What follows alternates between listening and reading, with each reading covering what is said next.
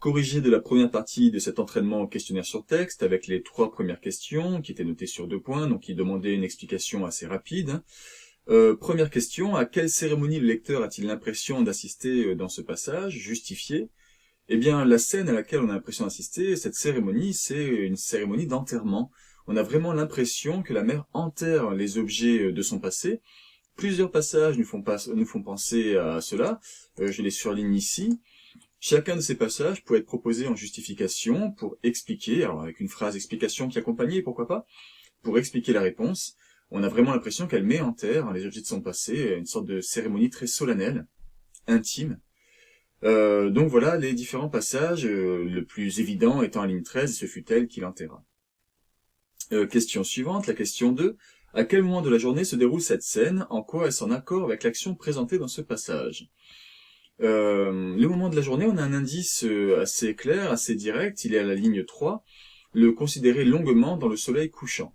On est à la fin de la journée, et l'intérêt est symbolique et puis à la fois visuel, car ça crée un effet très visuel, ce choix du soleil couchant.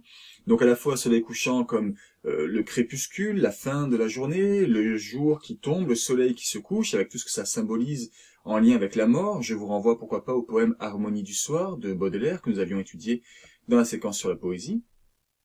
Et puis sur le plan visuel, encore une fois, ce choix du soleil couchant introduit vraiment la couleur du rouge comme une couleur très dominante, tout de suite rapprochée de la couleur du sang par le narrateur Najib.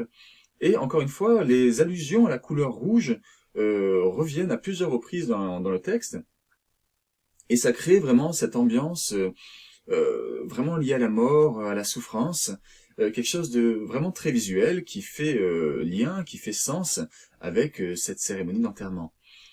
Terminons avec la 3e question, pour ce démarrage de corrigé, sur les figures de style. Alors, cet aspect technique, encore une fois, fait partie de ce qui me semble être un peu votre point faible sur cette année. Je vous l'ai dit à plusieurs reprises.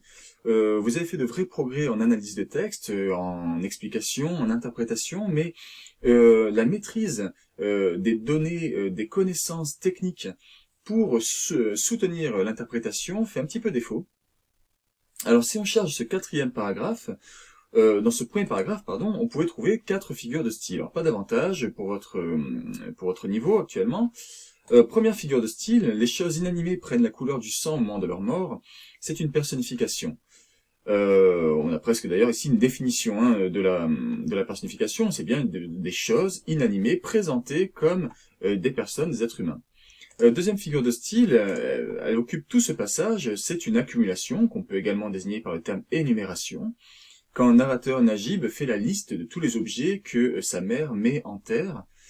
La 3e figure de style, tenez ici dans une citation, on a à la fois une hyperbole, tout, oui, tout est devenu rouge devant ses yeux rougis, et cette hyperbole est accentuée par la répétition.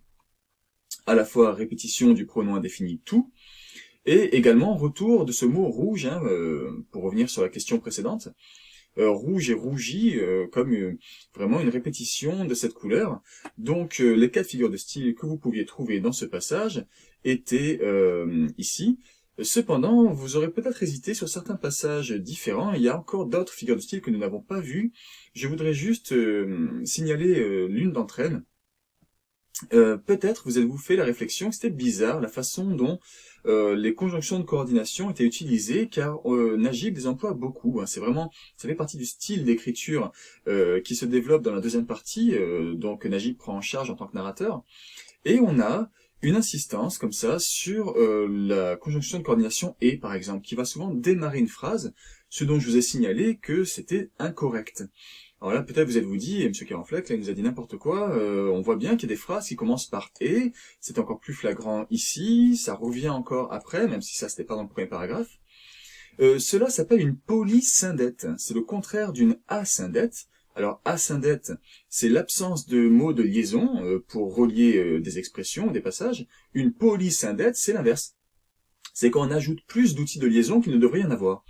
Or ici, le fait de démarrer par la conjonction de coordination, c'est une sorte d'excès de liaison qui montre à quel point il veut insister sur ce qu'il ajoute, marquer l'attention du lecteur. Alors, Peut-être vous n'aviez pas la figure de style, c'est sûr, mais vous aviez peut-être remarqué ce travail du style.